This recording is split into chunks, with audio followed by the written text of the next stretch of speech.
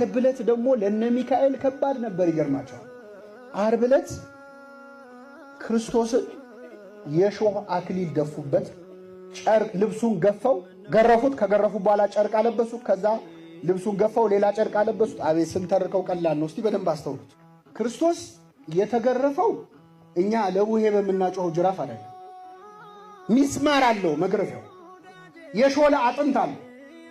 ሰውነቱ ላይ አርፎ ሲነሳ ስጋውን እየነጨ ነው የሚነሳው። በዚያ አጥንቱ እስከሚታይ ድረስ ተገረፈ። ከተገረፈ በኋላ ልብስ አለበሱት።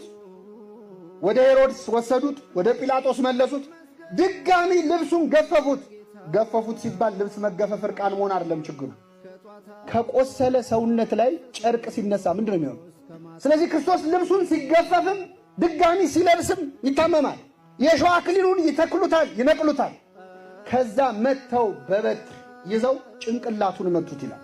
መላእክት በሰማይ ፊቱ የተንቀጠቀጡ ቅዱስ ቅዱስ የሚሉትን ልናየህ አይገባንም የሚሉትን አምላክ በበትር ጭንቅላቱን ሲመቱት ሱራፌል ተንቀጠቀጡ ይላል። ኪሩቤል ራዱ።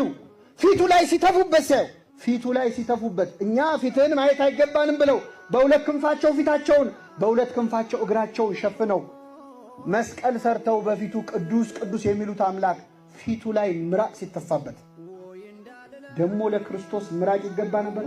እሱ እኮ ምራቁን እንትፍ ብሎ አይንን የሰራው አይንን ያበራው ምራቁን እንትፍ ብሎ ዲዳውን አንደበትን የሰጠው።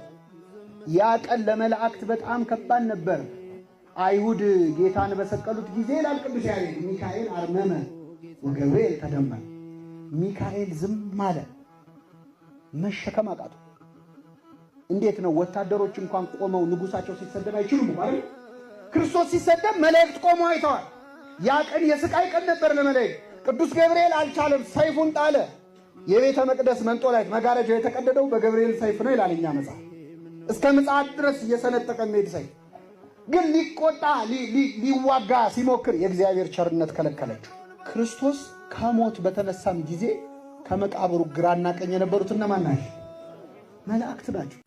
እፎ መጦ ከዘባንከ ለጥብጣቤ መቅሰፍት መጽቀ ገጽከኒ ተወክፈ ሀፍረተ ምራቅ ዛይሩ ጐዘ ደቂቅ ስባት ለከ